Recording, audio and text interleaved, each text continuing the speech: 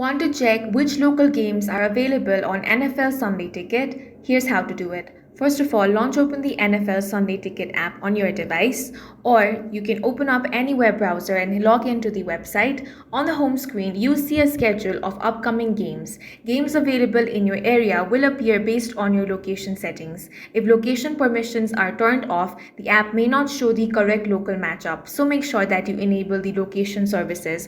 For that, tap and hold on the Sunday Ticket app, then tap on this eye icon. This will take you to settings. Now tap on permissions. Here, scroll down a bit and find location. Then tap on the option allow while using the app. If you're using it on a web browser, make sure that the browser also has the access of your location.